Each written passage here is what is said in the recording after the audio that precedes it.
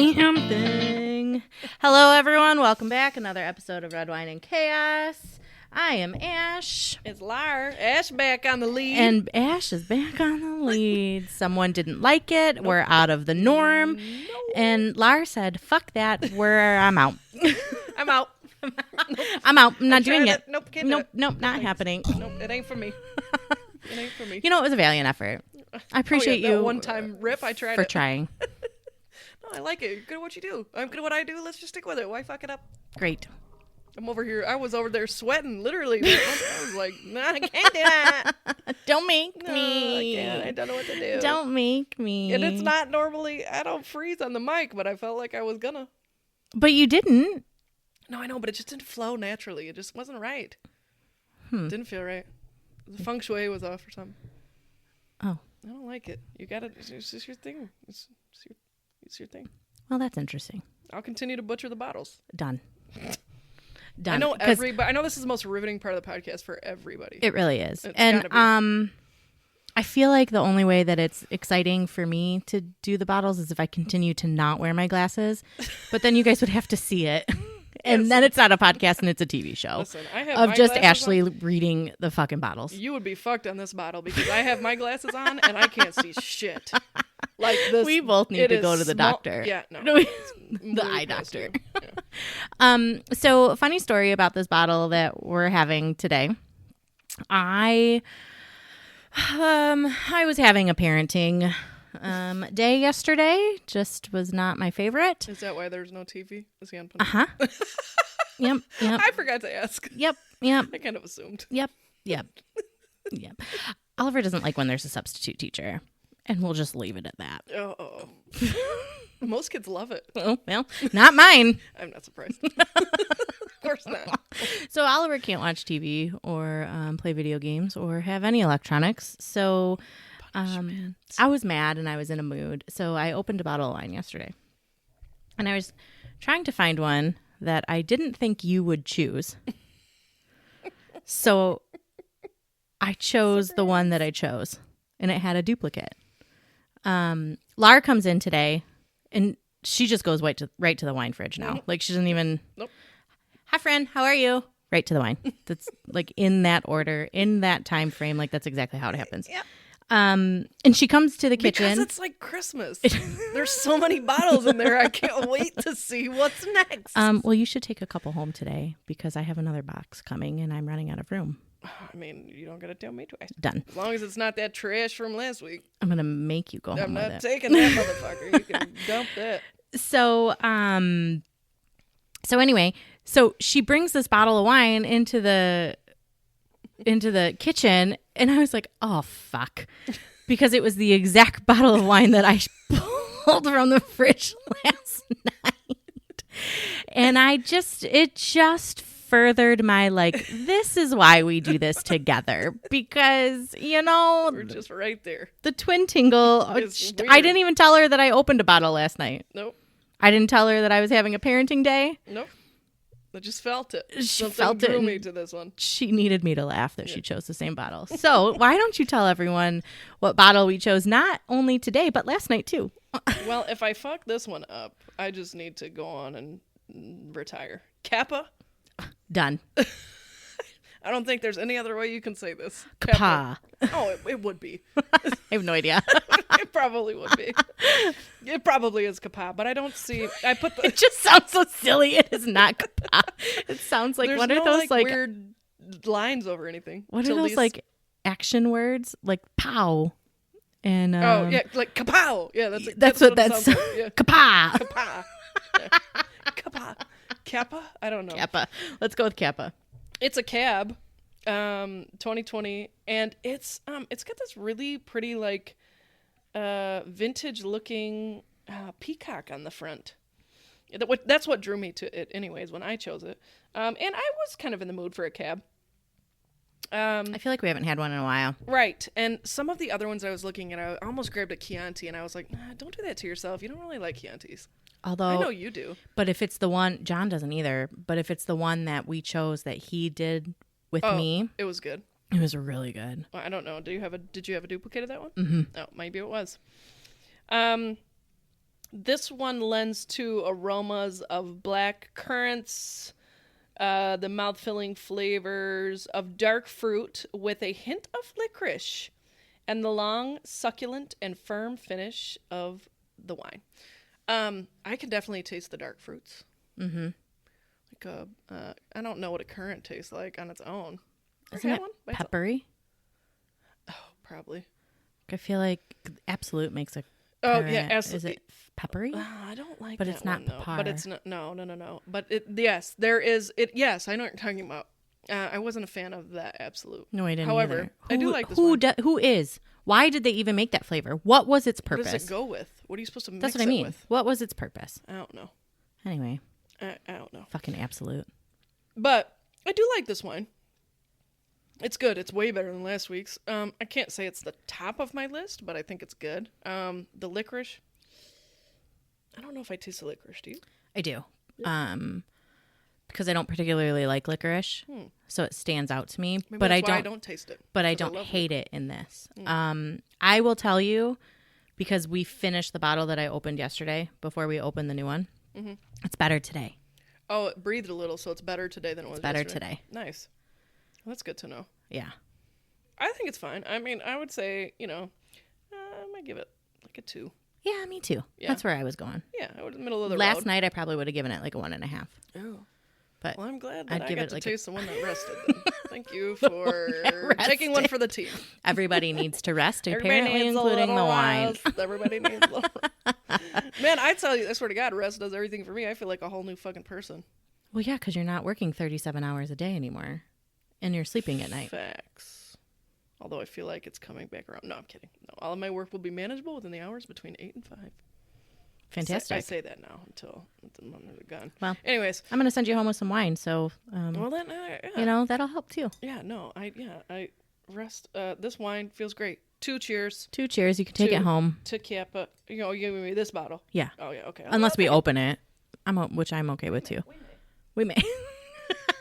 We may. Oh, now you got me want to try that Chianti. Oh well, we can do that one too. So Brooklyn just gonna send a group text. They're gonna be in Myrtle Beach. Well, have fun. Cool. So how's your week been? I know it's only Tuesday. We're recording on Tuesday today. We are this week, and mine's been shit. It's only been a day and a half, and so I had therapy today, and my therapist was like, "How are you?" I'm like, "Pretty good." Considering the last time you saw me, my fucking hair was on fire.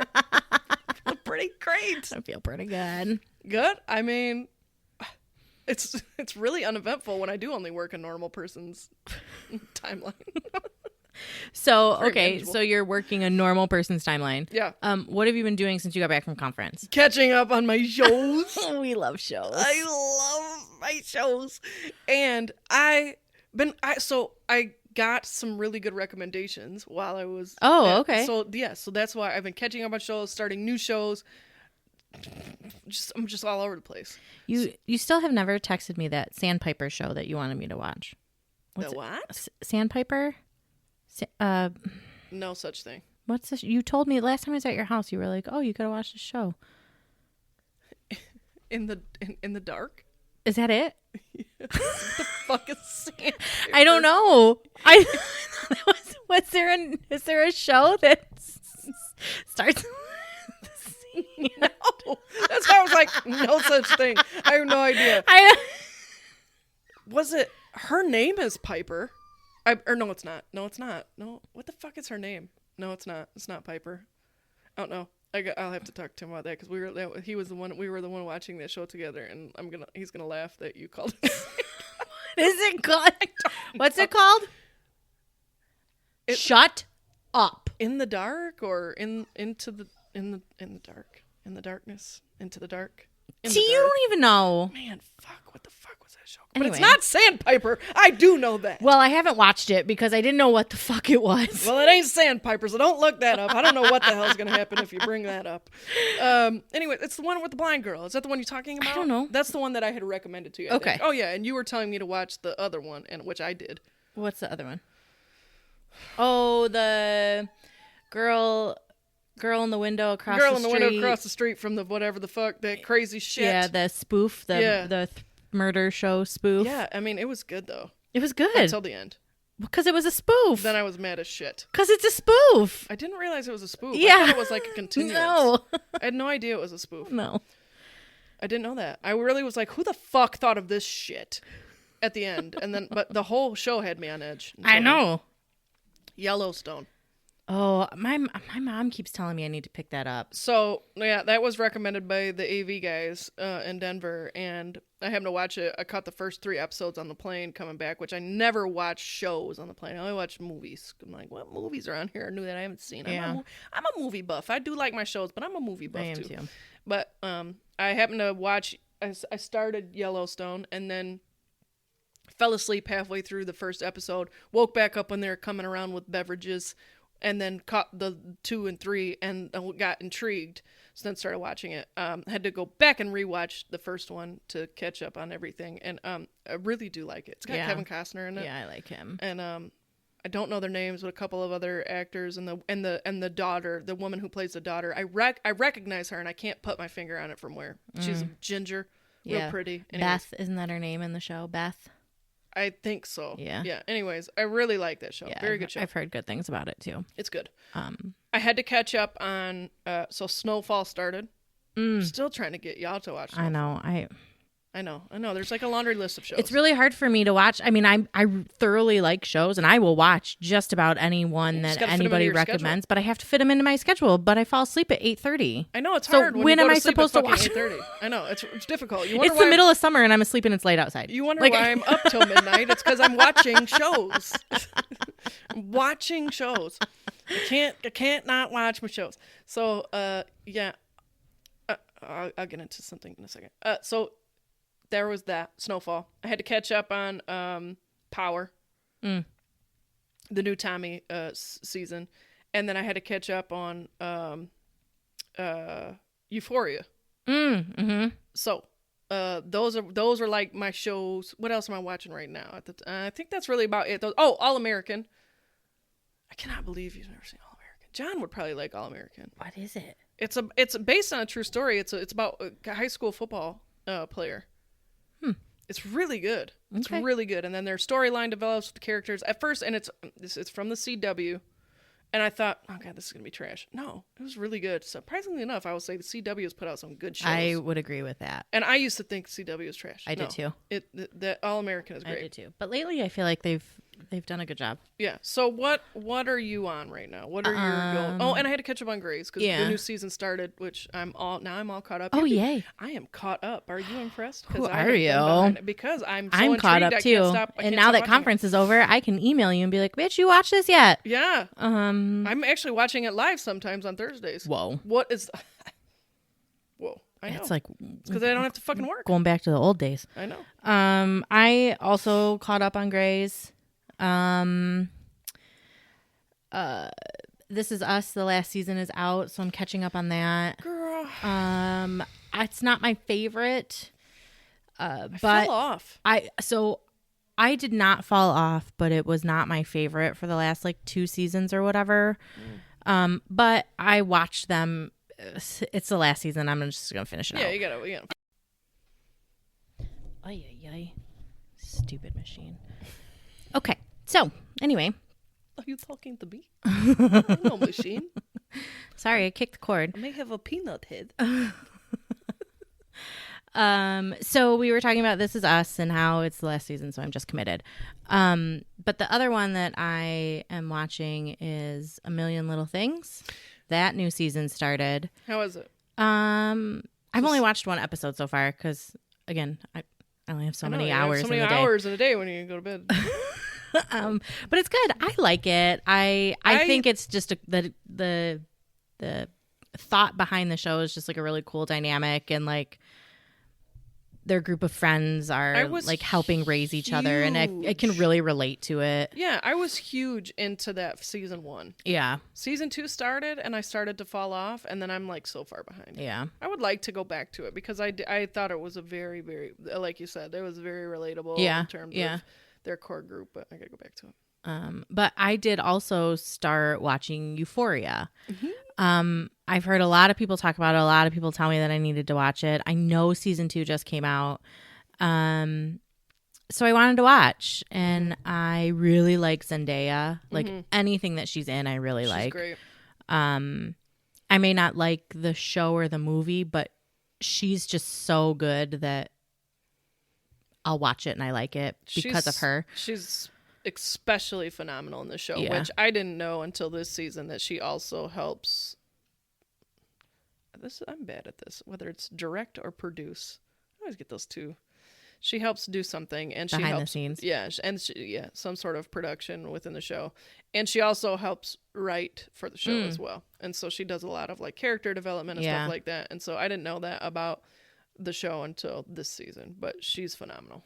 Yeah, she's really good. And I have to admit, the first like few episodes, I was like, what the fuck is this show? Yeah, it's wild. So if you haven't, and it's watched, not anything like, I'm not a prude, right? And I'm not clearly. No, clearly. You all listen to the sex episode. I'm not a prude. I don't shy away from anything sexual, or it doesn't make me uncomfortable, or I'm not. That's not who I am. But I was just like, this is fucking wild. Like, in what world? Yeah. So if you haven't seen the show, the premise behind it is it's a group of high school students. Are they in California? I don't know. I don't know if they are either. I don't know if they ever disclose that, but it feels like they're in California. Like, it feels like they're there. I don't know. That's where it feels I like just watched the Halloween episode. None of them had like winter coats or anything on. Yeah, it feels like they're in California. It feels very California-ish to me. But it's definitely a suburb. Like, they ride bikes to houses and shit. So I don't actually know where it takes place. I don't know. That's a good question. Probably should look that up. Maybe I will once I put this wine down and while you're talking. So anyways, it's about a group of high school students, and they're dealing with some things that seem so foreign to us, at least to me anyways, and I know you shared the same sentiments. Like, not overly foreign. Like, obviously we all did stupid stuff in high school, but their life, and it seems very amplified and dramatized for TV, but it's wild. Yeah. Like, the shit that is happening in that show is fucking wild. It drags out all of the dirty skeletons that every family has, and I mean, but that part intense. of it I like. The character development of each of those high schoolers, like, because they seem to have their own like dedicated episode in this first season, right? Yep. So you get to see their backstory and how they grew up and where they came from and what their family is, and they explore that even deeper so in season cool. 2. Like, do they? Their story is even deeper, right? Okay. And some things that you don't find out in season 1, they explore it in season 2. But the main character, she is played by is it Zendaya or Zendaya? Sure. Yeah, whichever. Z. Her name's Rue in the show. Her name's Rue in the show. She's and her character Rue is a struggling addict. Yes. Her addiction started from which, do they dive into that in season 1? Or do you find out where that started in season 2? I don't want to give it away. I don't remember. Oh, okay, so her addiction started early in her high school years. And the root of it makes sense when you do see the story and how it started for her. It wasn't just she just tried heroin one day. It wasn't that, It very much so makes sense. She struggled with a lot. Her father had died. He died a pretty rough death he had a battle with cancer. I think they did get into it because isn't that where it started? Yes. Yes. Yep. So, with his she was pills super and close shit. to her dad. Yep. And she would spend time with him, and he would be in super... Yeah, they did talk about that in season 1. I couldn't remember if that was season 1 or 2. So she would, to bond with him, she would take pain pills with him, and that's where it started. And that was her, basically, like, her drug of choice was pain pills. And snorting, taking, chewing, eating, whatever she could get her hands on. And then, obviously, like much with much drug addiction, continued on into even more extreme things. So...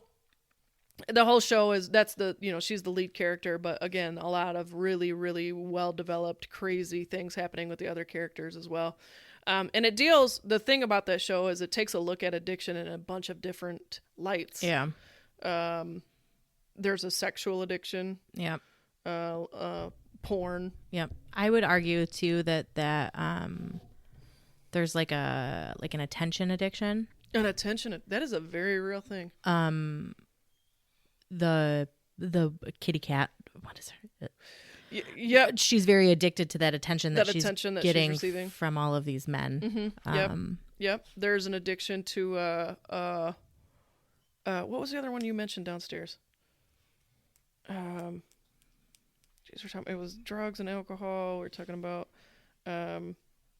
Anyways, it really kind of spotlights a number of kind of dysfunctional, unfortunate, tough issues. Yeah.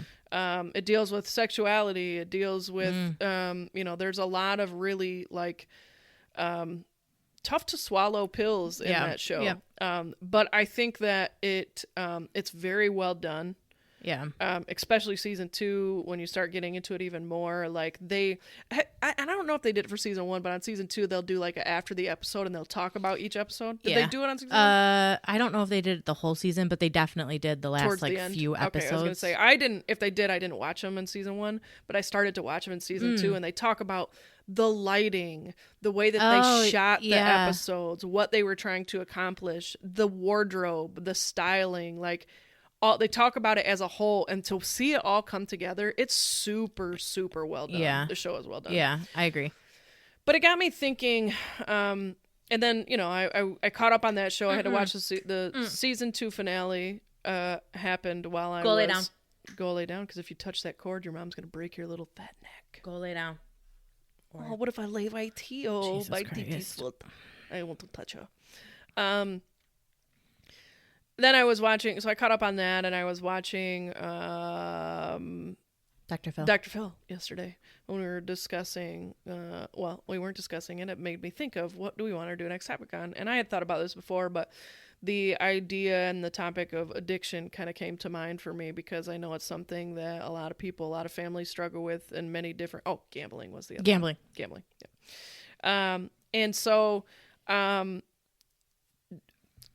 you always like to ask questions. I'm going to ask you a question. Okay. Because you usually start off the topic with questions. So I'm going to let me switch the role for a second. Look at you. Comfortable Right out of your comfort zone. Right.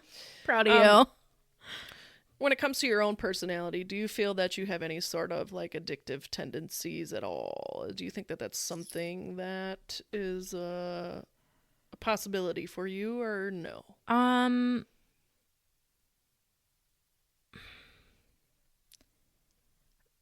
I don't know. I think everybody has a little bit of an addictive personality, depending on what it is. But I don't like surprises, and I don't care for the unknown. Mm-hmm. So not knowing how something is going to make me feel or how I'm going to react turns me off. So you mentioned the definition, the difference between dependency and... Do you want me to read it? Yeah, because you brought up a good point. That, because the word compulsive comes to mind when you define this, you don't like the thought of like a compulsive situation or behavior or feeling or something. So that makes sense. So when we were talking about this episode and kind of what it looked like and what we wanted to talk about, with a lot of these social issues, I'm not necessarily comfortable unless maybe there's an addiction, right? Like, I'm not comfortable talking about anything unless I at least do a little bit of reading and research. Oh, I don't know if it's an addiction, but I don't know if it's an addiction either. It definitely makes sense. So I went down a couple rabbit holes and I did a couple Google searches and found some resources, and this I found this really interesting. This is actually from Wikipedia, and it says the term. Oh, Jesus Christ, I didn't think about this. I don't have my glasses on.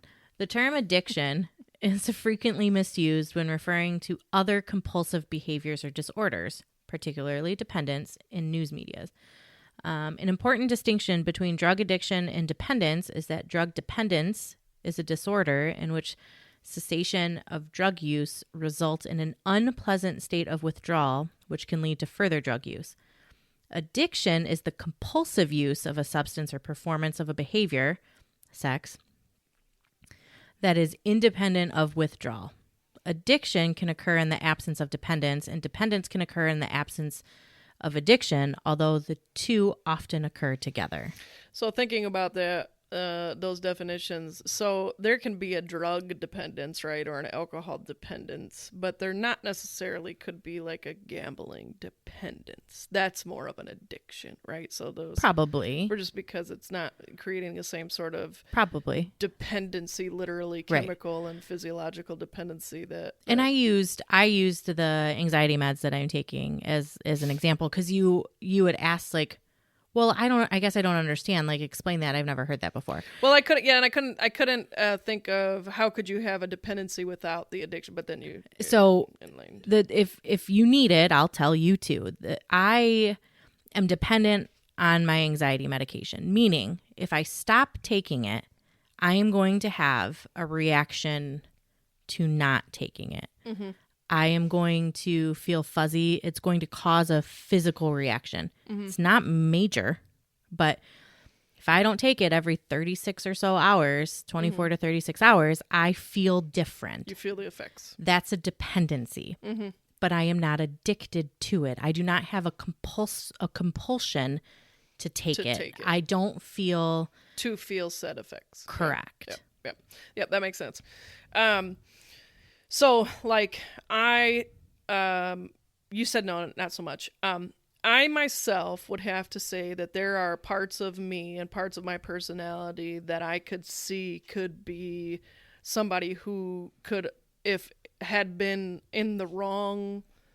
led down the wrong path. Say sure. I didn't with have a different crowd. With a different crowd, with even a different upbringing. Mm-hmm. The way that I was raised and the emphasis on doing all the right things, sure. and when in a solid household with parents who gave a shit about me and raised me to be a upstanding citizen to the best of my abilities, that there could be a struggle with addiction. I know that for one, I know that alcoholism and drug use sometimes it can run in the family, mm-hmm. And so I do know that there are people that are related to me that do struggle with addictive tendencies or personalities, has struggled with addiction. They sometimes could potentially be functioning in some way, shape, or form. There are functioning addicts out there, mm-hmm. And or even teetered the borderline of addiction. Maybe we're not addicted or dependent, but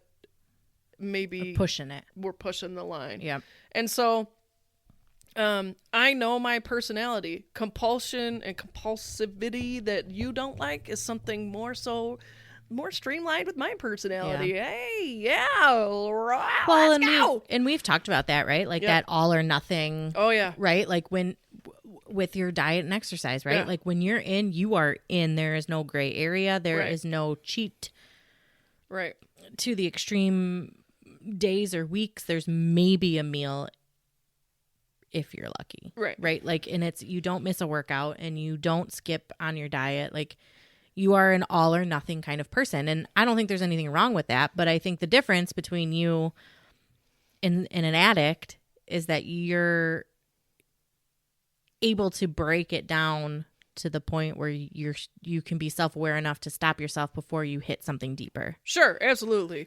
I don't know that addicts can do that, which is part of why they're an addict. Because right. I think, and I didn't do enough research, but if I had to guess, most addicts also have a mental health disorder. Well, it is a disease. Addiction is a disease, and so there's a lot of people who beg to differ and think, it's a fucking child. No, because like you said, there's a difference between people who are like I can be an extreme individual when it comes to certain things. Like you said, black or white. There's no gray area, right? So if I pour myself into something, I'm dedicated to it, but I'm not at the point where it becomes an unhealthy habit, right? What I can say is that had I gotten a hold of the wrong thing, back in the day, or had I made the choice, because I could have gotten a hold of it, I had plenty of opportunity to get a hold of all the things that could have maybe pushed me down the wrong path. Sure. That was genuinely something that stopped me, knowing my personality enough, sure. and knowing my history and my family history and everything else, that potentially, should I have desired to want to try something that was not well suited for me, it could have been ugly. So you saying that made me think of, that's what an addict in recovery sounds like. They're aware that they're an addict. They're aware that they have at one point probably had a dependency and an addiction to something, and they talk about it to prevent them from going back. And I feel like that conversation that you just had is very reminiscent of an addict in recovery. Well, the good news is I'm not an addict. No, you're not. And I haven't had to go through recovery. But that's the point. You're already there. Yeah. You're already having those self-aware conversations with yourself. Yeah. Oh, I had them. I yes. had to have them back in my early 20s, in my late teens, early 20s. Like, again, thinking about high school and what we did, we were not exposed to the same level of stuff. Not an ounce anywhere near what the kids in that show are living. Or even just in the real world now. Right. The things that are at kids' fingertips, like, and dispose. Yeah, it's completely different. Yeah, it's completely different. Yeah. But when I got to college, it was a very real, easily accessible thing. Even with something like Adderall, there are plenty of kids who are addicted to Adderall who used it and abused it in the wrong way. I still know functioning adults who don't use it appropriately. What I will say is that it was something that I knew better on. Like, I was like, no, like, I'm not going to, because I'll tell you what, I smoked my fair share of THC in college, and I fucking loved it. I loved every minute of it. I loved every minute of it. I was a pothead. I was a bona fide pothead. Like, and so I knew, I was like, man, people would be like, you want to try mushrooms? You want to try, college is that time to, and I was like, no, I didn't want to try any of it, because I was like, if I love this the way that I do, what does it look like when it's something what does your, the next that your step body look like? And then I'm going to love that. And then what does the next one look like? And then I'm going to love that. And what does the next one look like? And then before I know it, and I don't, shit's gone real south. Some people may say marijuana is a gateway drug. I don't know if I believe that. I've never became dependent upon it. I loved it. I loved what it did for me. But I can't tell you, when I quit, it's not like I went through withdrawal. Sure. I didn't go through withdrawal. It's not something where I had to wean myself off of it. Like, the habit of, or the act thereof. That's another thing. I smoked squares back in the day. That's what I was just going to say, right? Like, I don't miss, when I quit smoking, I did not miss smoking. I didn't either. It was the socialization, getting in the car, and lighting up a cigarette, or I miss, or going outside to take a break from work, to smoke those are the things that I missed. I did not miss the smoking, the act of it. I missed everything else that came along with it. I was not dependent upon the nicotine. No, I was not having withdrawals from the nicotine. Like, none of that stuff ever happened. Now, caffeine, yes, same. I'm addicted to caffeine. And when I say addicted, I'm addicted. I'm not addicted to caffeine. I'm addicted to coffee in the morning. But again, are you addicted or are you dependent? Oh, I'm dependent. Yeah. Yes. It's not compulsive. Yeah. Yeah. You're dependent because you don't like the way you feel when you don't have it. You're right. Oh, look at that. Uh-huh. See? The more you know. I love that gif. It's like my favorite. You're right, though. You're right. And so, I just when I watch that show, I am intrigued by it the same way that I was intrigued by the show Intervention. So what are the other, because we talked about the drug addiction piece of the show. What are the other addictions that stood out for you in Euphoria? Now, don't give it all away. Remember, I've only made it through season 1. Right, I won't. Okay. I will say, like, the sex addiction of more than one character in there, but, like, specifically the dad, right? And how that kind of trickled down to his I was son. just going to say that that, for me, touched on that piece of it running in the family, right? Yeah. Like, it goes from the dad to the son. Yeah. And that was interesting for me too. And because he was exposed to it at such a young age, the impact that has now had on him as a young adult, or heading into young adulthood, and what that looks like for him as a teenage boy, it's wild. And the way that it plays out even in season 2, it's crazy. You know, again, thinking about the different types of addiction, like I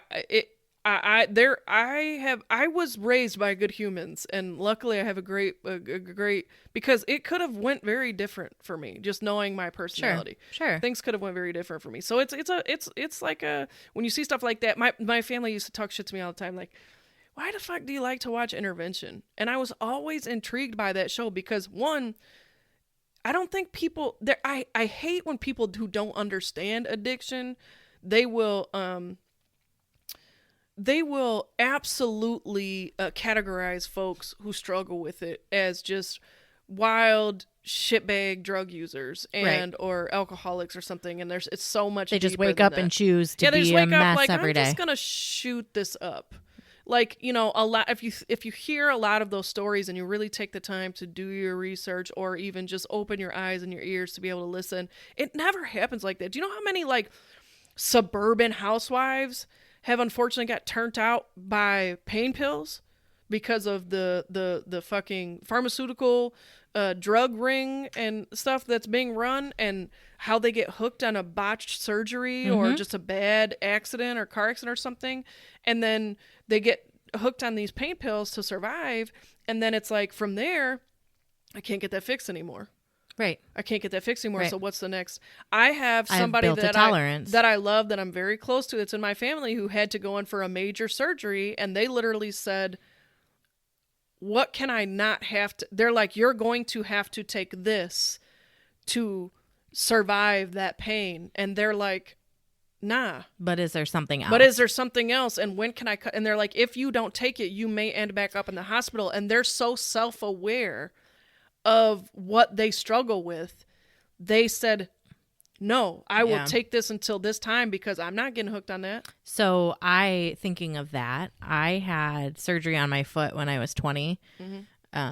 Pretty invasive and painful. They removed bone and then reattached a tendon to where it was supposed to be. It's pretty, like, I had a fucking morphine ball on the top of my cast that would shoot morphine in your... Right. It went all the way down my leg. They sewed this tiny little tube into my foot, so it just directly shot morphine into my foot. Damn. Because it was supposed to be really painful surgery. But I will never forget my mom, and they gave me Percocet, Motrin 500s, which is not super aggressive. No, but right. They gave me Percocet. I had that. Percocet is addictive. It's aggressive, right? Yeah. And I had that morphine drip. And so my mom, thinking she's on this morphine drip, she also they're asking her to take this Percocet. My mom gave it to me. She did not let me have it, keep it.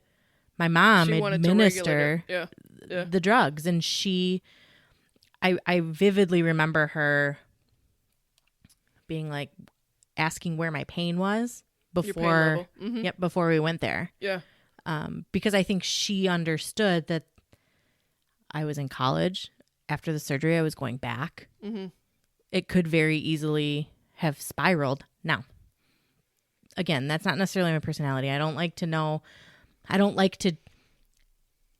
that's why I never tried coke in college, and I never tried mushrooms in college, because I don't want to sit here and wonder what that feels like. Girl. I can't even fathom, like, the loss of control. And and being like, well, yeah, I don't know what's going to happen, but sure, let's go ahead. Let me snort that. Absolutely not. Goddamn gamble. No. There were two things that really helped me in high school. Is it the fact that you didn't like shit in your nose? Because that helped three me things. Too. Yes, I have a very sensitive nose, and watching people snort cocaine, I was in hell. Like, I'm like, good God, I don't give a shit. Like, no, well, rub it on your... No, thank you. No, I don't want to touch it. I'm good. The second thing was, I did a research paper on ecstasy and the effects of ecstasy on the brain when I was in high school. And that shit was wild as fuck. Like, they did a scan of this woman's brain, and before and after. And the chick had holes. Like, you could see through.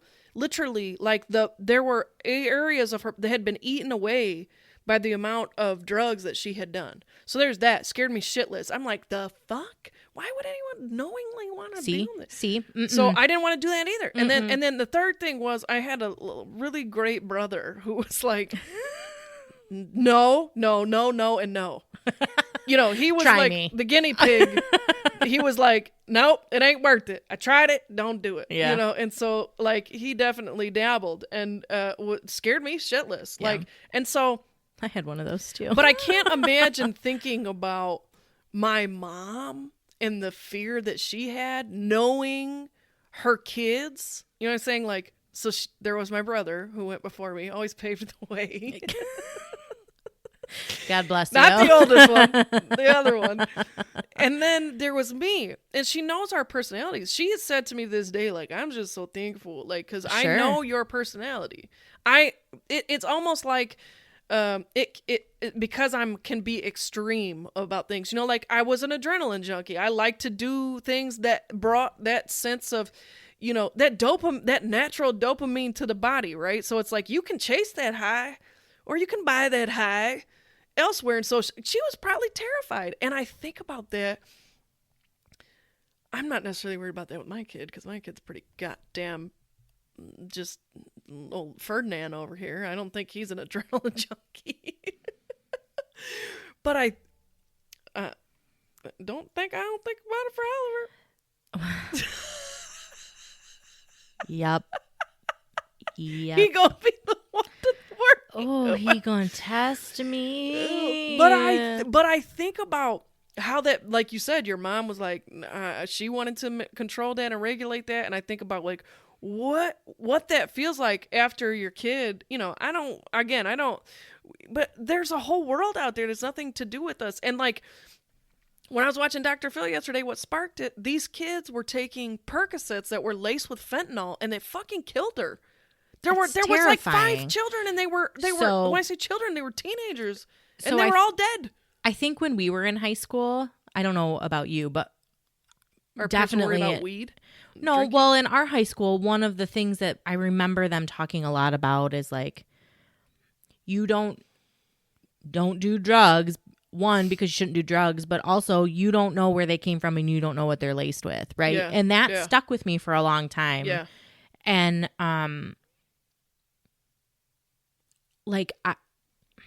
it's just so true.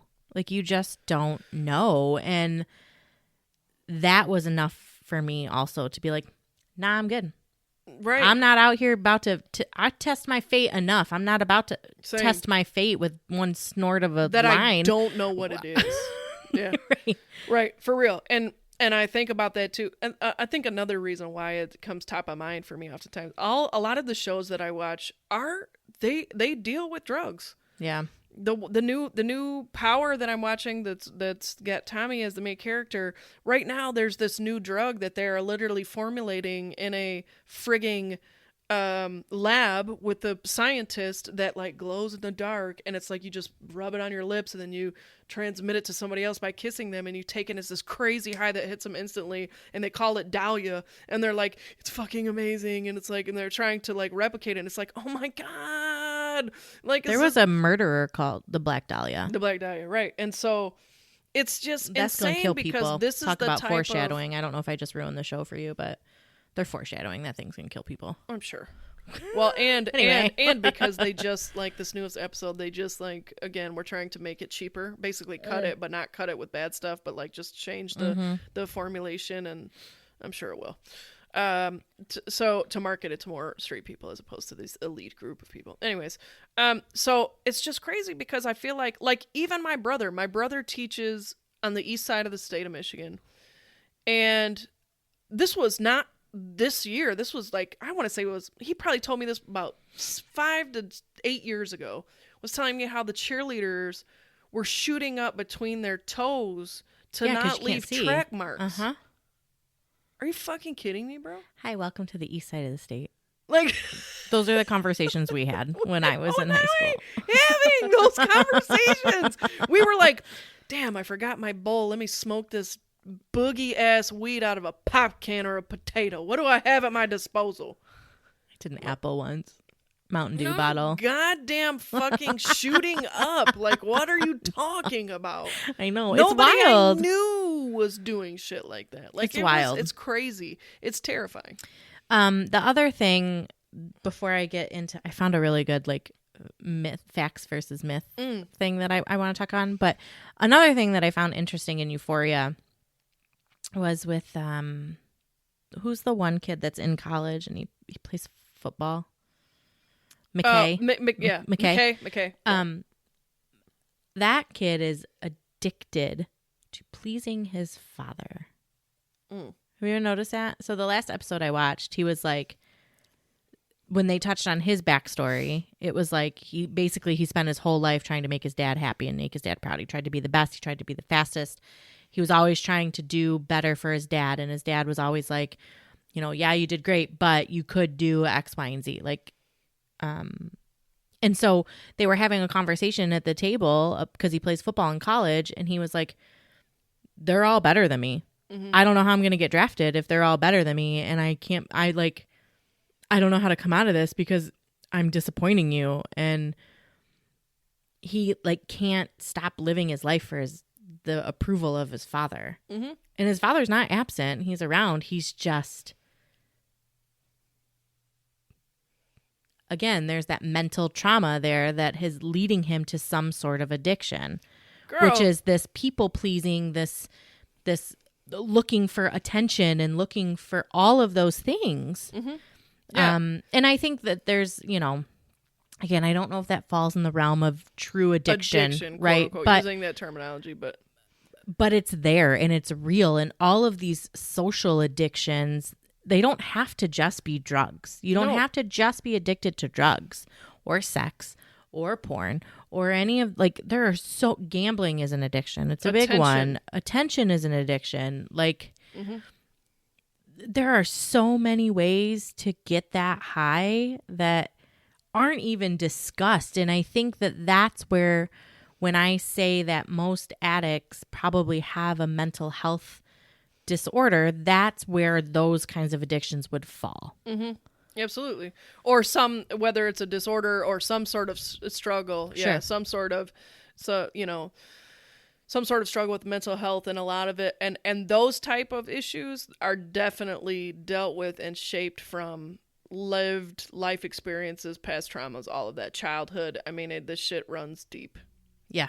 And so when we talk about like what type of parents we are and what, mothers and what, and it's like, I just want to make sure that I am raising this human that feels good about who they are, that knows that when you're up against the world, I'll always have your back, and then I'm trying to bring you into society to be a good human, and that the type of child that then becomes an adult that doesn't have to go to therapy and deal with the trauma that their parents have ensued on them. That's it. That's all. Just a small list. Just a small list. That's it. I don't want him to end up like a cast member on Euphoria, for God's sakes. Please. So speaking of Euphoria, at the end of every episode, they show like if you or someone is struggling with addiction, right? Right. They have a text line where you can text Euphoria to this text line and it puts you in touch with crisis intervention. Mm-hmm. They also have a website. It's called euphoriaresources.com, and it takes you to all of these different, it's like a compilation of all of these different helpful websites. One of them is called shatterproof.com. Mm-hmm. And I found a lot of really good stuff on this particular website. We'll link all of these for you. Mm-hmm. But this one has like, again, it's a myth and facts section. So a myth is addiction is a choice. Kids should just say no. And it's no one, whether they're a teen or an adult, chooses how their brain will react to a substance. And that's why I never did it, because I never knew how I was going to react. And I'm not trying to test no fucking fate. Based on the way that my brain reacts to other shit, I would have been in a world of fucking problems. This one gets me. And I feel like, we talked about it when we were talking about some other things downstairs, right? Like, part of the problem is that people don't ever want to talk about anything. Mm-hmm. and they don't want to do their research, and they don't want to try to understand and empathize and rationalize things. And so this myth is people with addiction are all criminals. Right. And No. most of the time, the only person directly harmed by an addiction is the person who's addicted. Millions of people are in jail or prison right now just because they struggle with substance abuse. Absolutely. And it says at the bottom here that addiction is a treatable mental illness. So they're not criminals. They have a mental illness, and they should be treated with the same compassion that anybody else with depression or anxiety or bipolar disorder, which is another thing that they touch on with Rue in the show, is that she has bipolar disorder. Like, I just watched an episode where she's sitting in a bathtub she was in a depressive state, and she was like, Mom, I think I need to go back on my medication. But she's an addict, but her bipolar disorder played into her addiction. It's all combined, and it's a mental, like, have to stop treating criminals like they just, or criminals, addicts like they're criminals, like they choose to just wake up every day and shoot heroin in their toes. Right. Like, I think about when you do watch some of these shows, obviously, again, TV is dramatized and glamorized for entertainment. However, if you watch some of these documentaries or even like Intervention, like, and you look at the quality of life that a lot of these people have, a lot of these addicts unfortunately have, do you think that that's what they want? Like, do you think that when they get to that point, maybe that's not where they started, like when it first started happening, but then when it unraveled, do you think they wake up and they're like, you know what? I want to bounce from dope house to dope house. Right. Try to figure out how I'm going to make enough money so that I'm not so dope sick that I can't fucking function. And I might go, for women sometimes, and even men, sell myself, my body, my soul, and everything else. I mean, God, that does not sound like a way of life that anybody's like, I'm ramped up for tomorrow. I choose that. I choose that. I am Can't ramped wait. up for tomorrow. And so the lack of compassion that I feel like you do see a lot of times with it's very sad. It's very, very sad. This says over 20 million people in America struggle with addiction, and it's the third largest cause of death, but many don't get the help they need. Of course not. For one, there's not the resources. And they're shamed. And they're shamed. They're shamed. Yep. It's awful. I